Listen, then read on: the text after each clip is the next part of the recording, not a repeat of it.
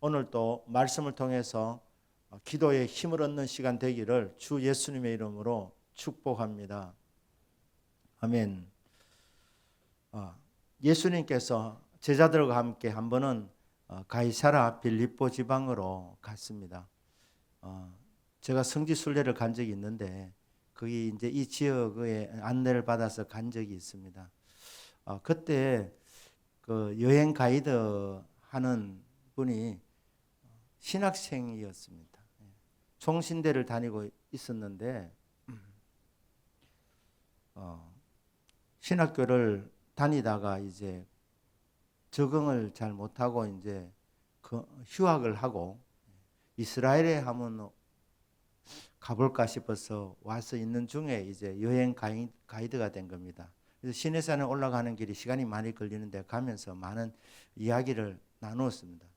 그리고 신학교를 가게 된 게 엄마가 자기가 태어날 때 서원기도를 했답니다. 주의 종으로 드린다고. 그래서 엄마가 헌신해서 자기가 신학교를 가게 되었는데 막상 신학교를 들어가 보니까 적응이 잘 안 돼서 휴학을 하는데 어떻게 하려고 하니까 그래도 신학을 하긴 하겠다 하더라고요. 그래서 지금 여행 가이드를 하는데 수입이 어느 정도 되나 그러니까 거의 이게 연명 수준이었습니다. 이게 뭐 받는 것도 제대로 받지도 못하고 그래서 그렇다면 네가 여기서 히브리어를 공부하는 것도 아니고 신학을 공부하는 것도 아닌데 여기 있는 시간 있을수록 시간이 낭비되는 시간이니까 빨리 신학교를 돌아가도록 해라. 알겠습니다. 이랬습니다. 몇 달 후에 이제 저희 교회 장로님이 또 그 가이드를 만나가지고 성지순례를 하면서 목사님 얘기를 하더라 하면서 제가 신학교로 돌아가긴 돌아가야 됩니다. 이렇게 얘기를 하더랍니다. 그 다음에 이제 이 한국 관광객들 이렇게 안내를 하다가 여러분 그 지역이 굉장히 위험한 지역이거든요. 무장 강도들이 이 버스에 들어가지고 총을 난사해서 이 전도사님이 죽었습니다. 그래서 참 마음이 그렇게 아프더라고요. 제가 그렇게 권해서 신학교 빨리 돌아가라고 그렇게 했는데 그렇게 하겠습니다. 그렇게 하다가 그냥 그렇게 이제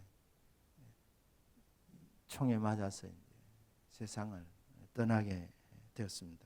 이제 전도사님이 이 가이사랴 빌립보 지방에서 얘기하더라고요. 여러분 여기가 헐몬산 밑쪽인데 헐몬산에서 이제 이 물이 많이 흘러내리거든요. 그러니까 이 가이사랴 빌립보 지방은 굉장히 물이 많은 지역입니다. 나무도 많고 숲이 울창하고 경치도 굉장히 아름답고 비옥한 땅입니다.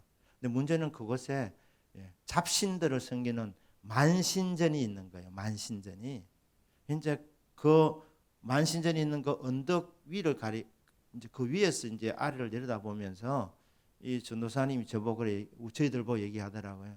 아마 예수님이 여기서 제자들에게 질문을 하셨을 것 같다. 만신전을 아래로 이렇게 내려다보면서 그렇게 이제 질문을 던지셨다는 거예요. 단도직입적인 질문이 뭡니까? 너희는 나를 누구라고 하느냐? 처음에는 이제 여론을 물어보시다가 우리 예수님께서 정말 하시고 싶으신 질문이 뭐냐면 너희는 나를 누구라고 하느냐? 교인들은 교회 다니는 사람입니다. 그런데 교인으로 끝나시면 안 됩니다. 신자가 되셔야 합니다. 하나님의 자녀가 되셔야 됩니다. 성도가 되셔야 합니다. 성도가 되시려면 예수님이 누군지 정확하게 아셔야 합니다. 그리고 아는 대로 정확하게 신앙 고백을 하는 순간 하나님의 자녀가 됩니다. 너희는 나를 누구라 하느냐? 베드로가 이렇게 대표격으로 대답했습니다. 주는 그리스도시니이다. 마가복음은 아주 복음을 핵심적으로 전하기 때문에 마태복음의 고백은 좀 더 이렇게 포장이 되어 있습니다만 그것도 상당히 한 구절 한 구절 고백이 중요한 의미가 있지만 핵심이 뭐냐면 예수님은 그리스도라는 것입니다. 주는 그리스도십니다. 그리스도는 헬라어이고 히브리어는 메시아, 주는 메시아이십니다. 메시아라는 뜻은 기름 부음을 받은 자라는 뜻입니다. 이스라엘 백성들에게 기름 부음을 받은 자는 선지자, 제사장, 왕입니다. 예수님은 기름 부음 받은 선지자이십니다. 그런데 그냥 선지자, 수많은 선지자 중에 한 선지자가 아니라 신명기 18장에서 모세를 통해서 하나님이 알려주신 오리라 한 그 한 선지자, 하나님께서 오겠다고 말씀하시는 그 기름 부음 받은 선지자가 예수 그리스도이십니다. 그리고 예수님은 대제사장이십니다. 그런데 어떤 제사장이냐? 자신의 몸을 제물로 바치신 제사장이십니다. 온 세상의 화목제물로, 대속제물로 자신의 그 거룩한 몸을, 아무 흠도 없고 아무 점도 없는 자신의 몸을 제물로 바치신 분이 예수 그리스도십니다. 3일 만에 부활하셔서 지금은 영원히 살아계시는 우리를 위해서 주야로 중보 기도하고 계시는 예수 그리스도이십니다. 영원히 살아계시는 대제사장, 선지자 중에 선지자시요 영원히 살아계시는 대제사장이시며 만왕의 왕이신 분, 그분은 예수님밖에 없습니다. 그래서 주는 메시아이십니다. 주는 그리스도이십니다.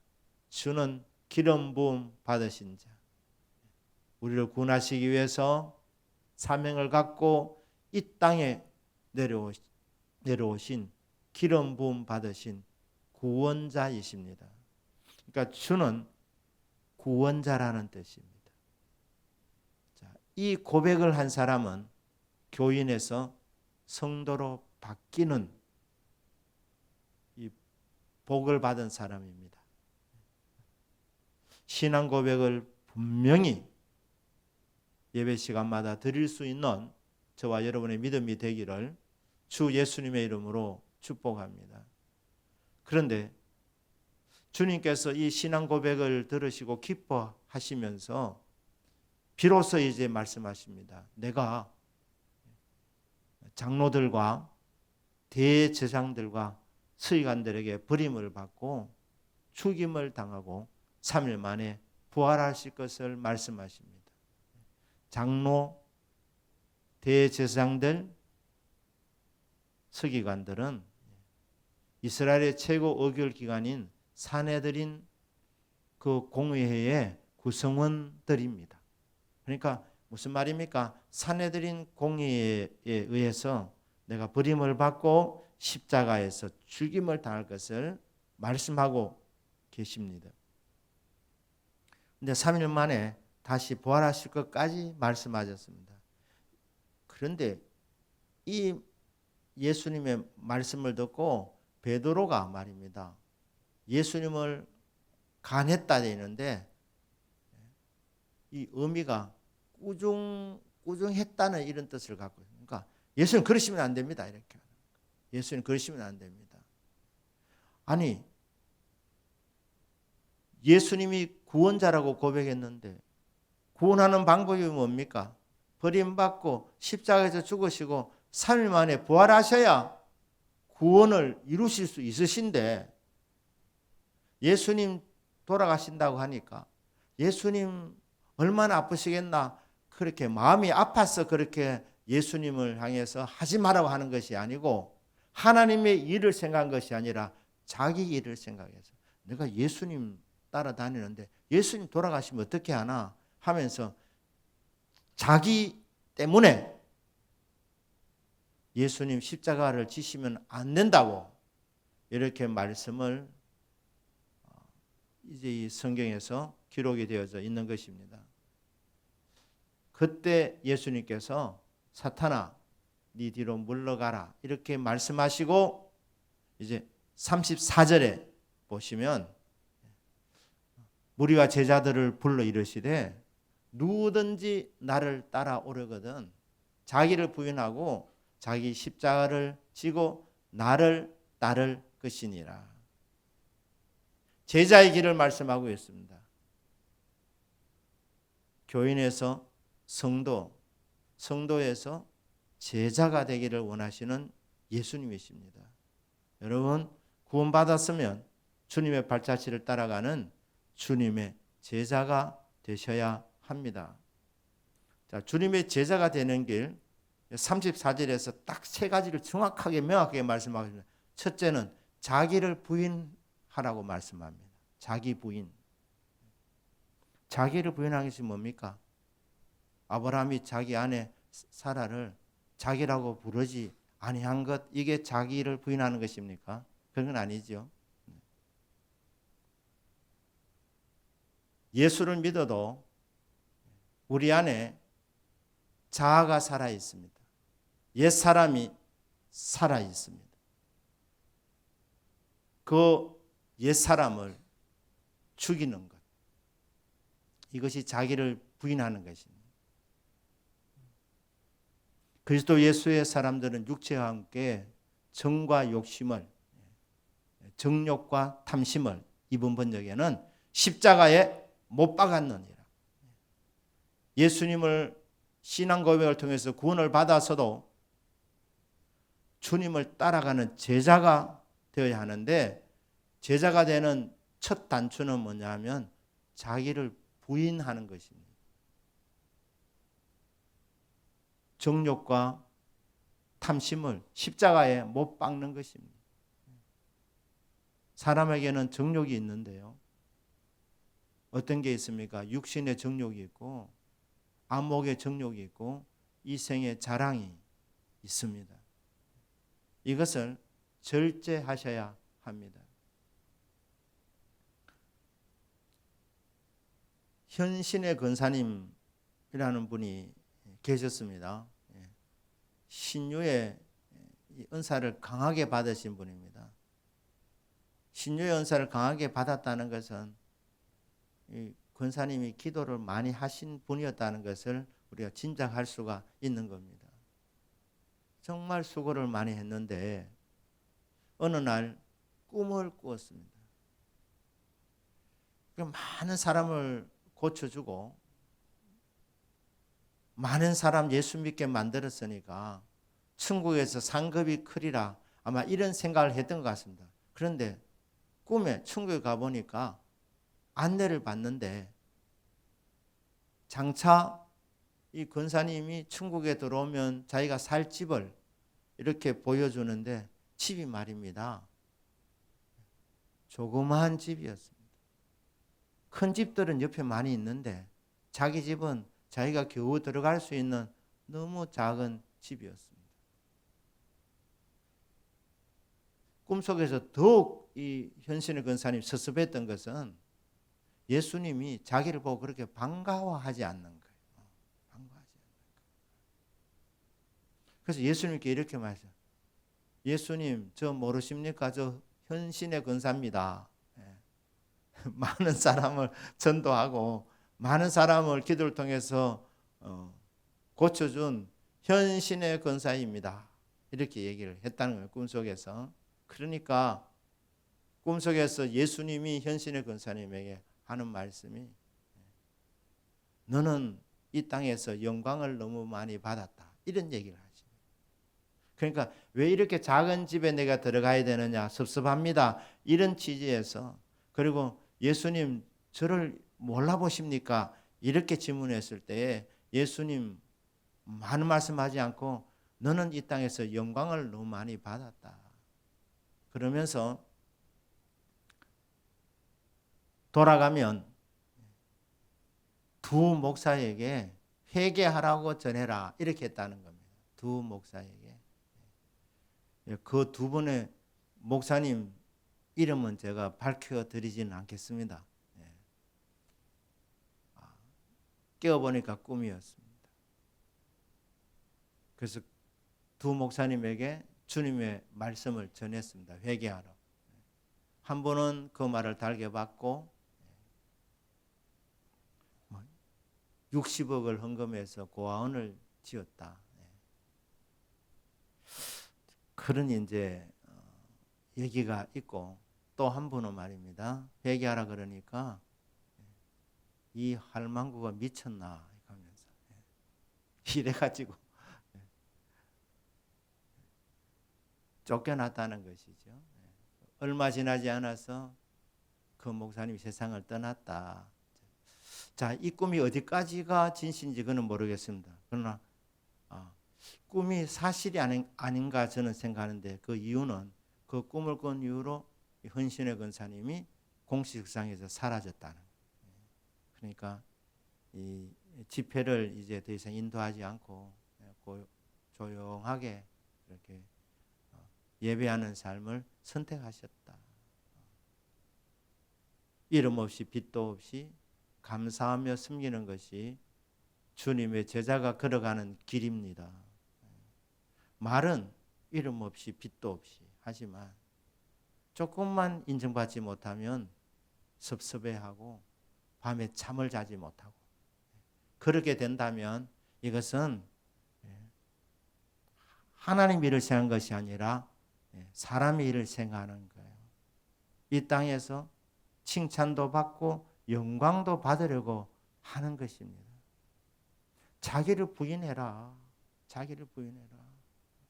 이 땅에서 너무 인정 많이 받고 이 땅에서 너무 많은 칭찬과 상급을 얻으면 천국에서는 상급이 별로 없다. 여러분 그렇게 기억하시고 모든 영광은 날 구원하신 주님께서 받으시고, 저는 이름도 없이 빚도 없이 감사하며 섬기겠습니다.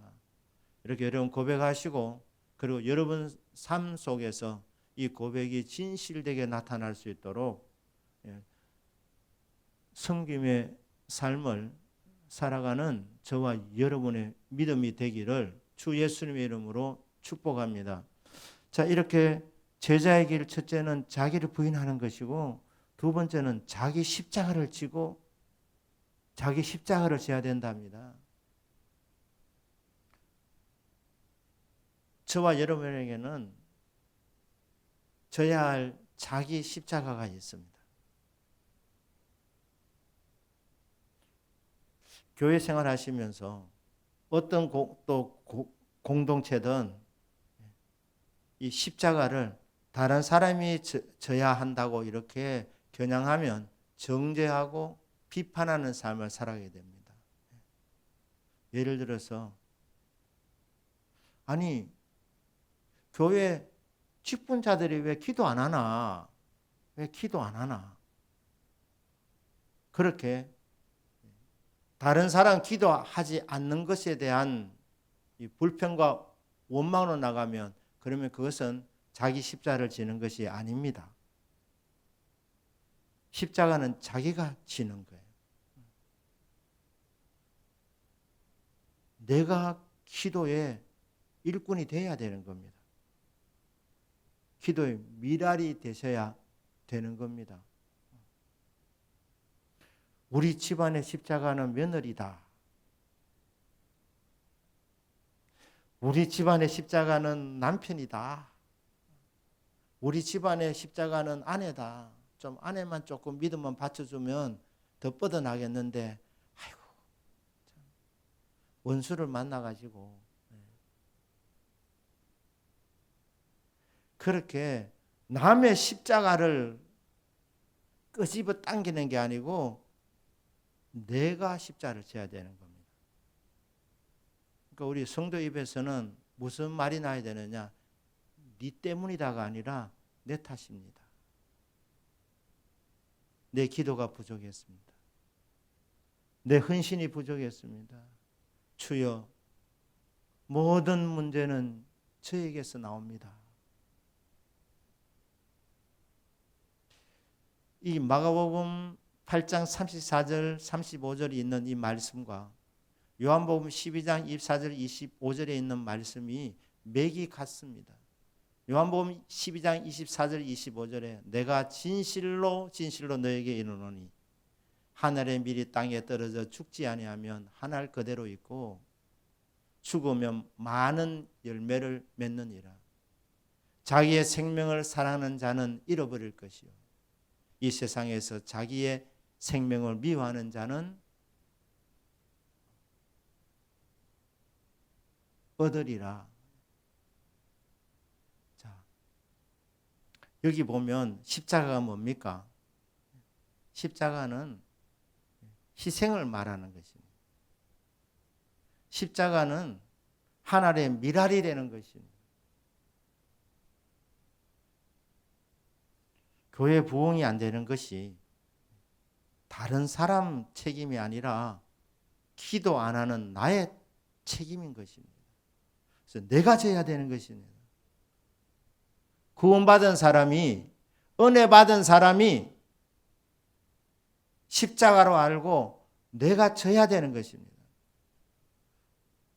우리 교회도 다음 세대 우리가 지금 많이 말을 하고 있습니다. 또 기도도 많이 합니다. 다음 세대 부흥되어야 됩니다. 근데 다음 세대 부흥되시려면 어떻게 해야 됩니까? 다음 세대를 위해서 눈물로 기도하는 기도의 미랄들이 있어야 되는 것입니다. 다른 사람 왜 기도 안 하나? 이렇게 기다릴 것이 아니라 은혜 받은 내가 주님, 다음 세대를 위해서 제가 눈물로 기도하는 하나의 미랄이 되겠습니다. 기도의 미랄이 되겠습니다. 이렇게 하셔야 되는 거예요. 까라마조프가의 형제들이라는 이 소설을 쓴 도스토옙스키, 이 까라마조프 이 집안이 형편없는 집이었습니다. 그런데 그 집에 한 아들이 사제로 헌신합니다. 왜 사제로 헌신하겠습니까? 저는 그 내용을 쭉 보면서 도스토옙스키가 그래도 기독교적인 관점에서 이 소설을 많이 썼는데 이런 집을 콩가루 집안이라 그러지 않습니까? 이 콩가루 집안을 새롭게 바꾸기 위해서 한 사람이 하나님의 미랄로 헌신한 거예요.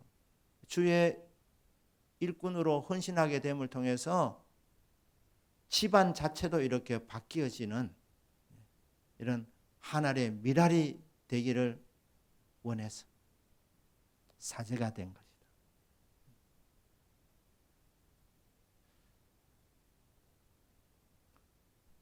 주일학교 부흥시키려면 정말 헌신된 교사들이 많이 일어나셔야 합니다. 이런 때는 여러분들이 아멘으로 저를 도와주셔야 되는 거예요. 부흥, 다음 세대 부흥 그래 하려면 헌신된 교사들이 일어나야 되는 거예요. 그리고 그 교사들이 헌신하셔야 되는 거예요. 미랄이 되셔야 되는 겁니다. 아이들을 붙잡아 놓고 눈물로 기도하고 아이들 앞에서 한번 눈물을 흘리면 아이들이 감동받지 않습니까? 많이 움직이지 않습니까? 선생님이 정말 나를 사랑하는구나. 신앙의 본을 보이면서 권위 있게 가르치는 이런 교사들이 있을 때에 아이들의 영혼이 살아나게 되는 겁니다. 2024년도 우리 주일학교 부흥되기를 축복합니다. 그러려면 헌신된 교사들이 많이 일어나셔야 합니다. 오늘 날 잘못 잡았구나 이래 생각하지 마시고 내년에 내가 할 수만 있다면 주일학교 교사로 헌신하겠습니다. 여러분 그렇게 마음을 잡수십시오. 이게 자기 십자가를 지는 거예요. 가정에 배우자가 믿음 생활 제대로 못해서 지금 일이 안 풀려나갑니까? 그러지 않습니다. 하나님, 이 집안에 예수를 제대로 알 수 있도록 저에게 먼저 은혜를 베풀어 주셨는데 주여 제가 이 가정에 하나님의 미랄이 되겠습니다. 하나님 불쌍히 여겨주시고 우리 가정이 정말 주님 앞에 바로 서는 그날까지 기도로 헌신하겠습니다. 또 교회에서 섬기겠습니다. 하나님 불쌍히 여겨주십시오. 그렇게 하나님의 미랄이 되시면 하나님께서 그거 다 보고 계십니다. 기억하십니다. 죽고자 하면 삽니다. 살려고 하면 죽습니다. 자기 영광을 드러내려고 하면 하나님께서 낮추십니다. 이름도 없이 빛도 없이 섬기고자 하면 하나님 또 그런 사람은 또 발굴하셔서 또 높여주십니다. 이 아이러니입니다. 아이러니. 죽고자 하면 살고, 살고자 하면 죽고, 챙기면 잃어버리고, 주면 더 풍성해지고. 오늘 여기 35절에도 누구든지 자기 목숨을 구원하고자 하면 잃을 것이요. 누구든지 나와 복음을 위하여 자기 목숨을 잃으면 구원하리라. 이 역설을 말씀하고 있습니다. 아이러니를 말씀하고 있습니다. 십자가의 신비입니다. 예수님 보시길 바랍니다. 예수님 십자가에 죽으시니까 끝나셨습니까? 아닙니다. 3일 만에 부활하셨습니다. 그리고 모든 영광과 존귀와 권세를 받으셨습니다. 앞으로 온 세상 사람들이 예수님 앞에 무릎을 꿇게 될 날이 오게 될 것입니다. 왜? 십자가에서 죽으셨기 때문에. 이게 십자가의 신비, 십자가의 능력입니다. 구원받았기 때문에, 십자가의 비밀을 우리가 알기 때문에 우리는 이제 헌신하면 되는 겁니다.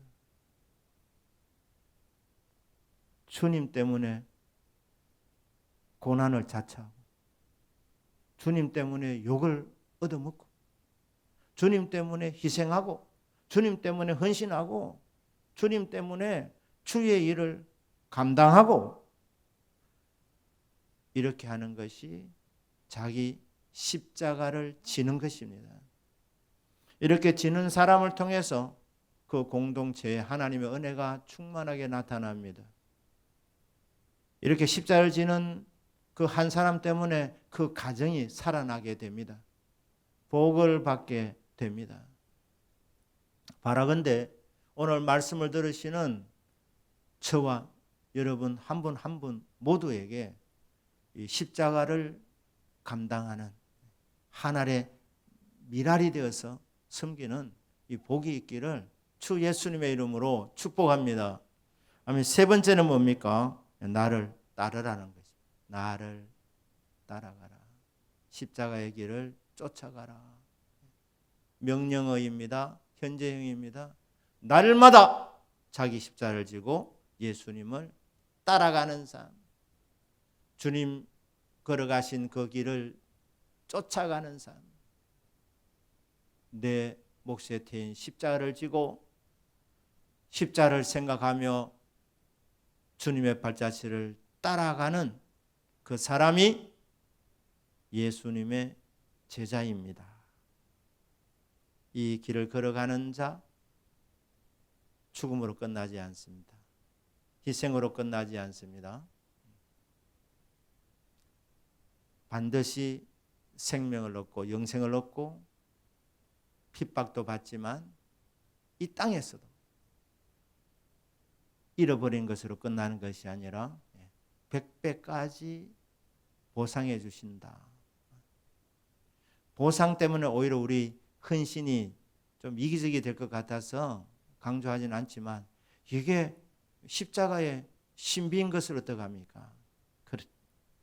주여 우리가 주님 위해서 모든 것을 버리고 주를 쫓았습니다.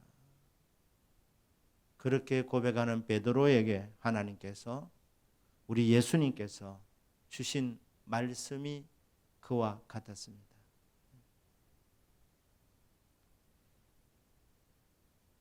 자기를 부인하고 자기 십자가를 지고 주님의 길을 따라가는 모든 영광 주님 홀로 받으시고 저는 이름도 없이 빛도 없이 감사하며 따르겠습니다. 이 고백과 헌신을 통하여서 하나님의 나라가 확장되어지고 하나님의 은혜와 위로가 충만하게 나타나는 그런 놀라운 역사가 저와 여러분의 삶 속에 나타나기를 주 예수님의 이름으로 축복합니다. 아멘. 기도하겠습니다.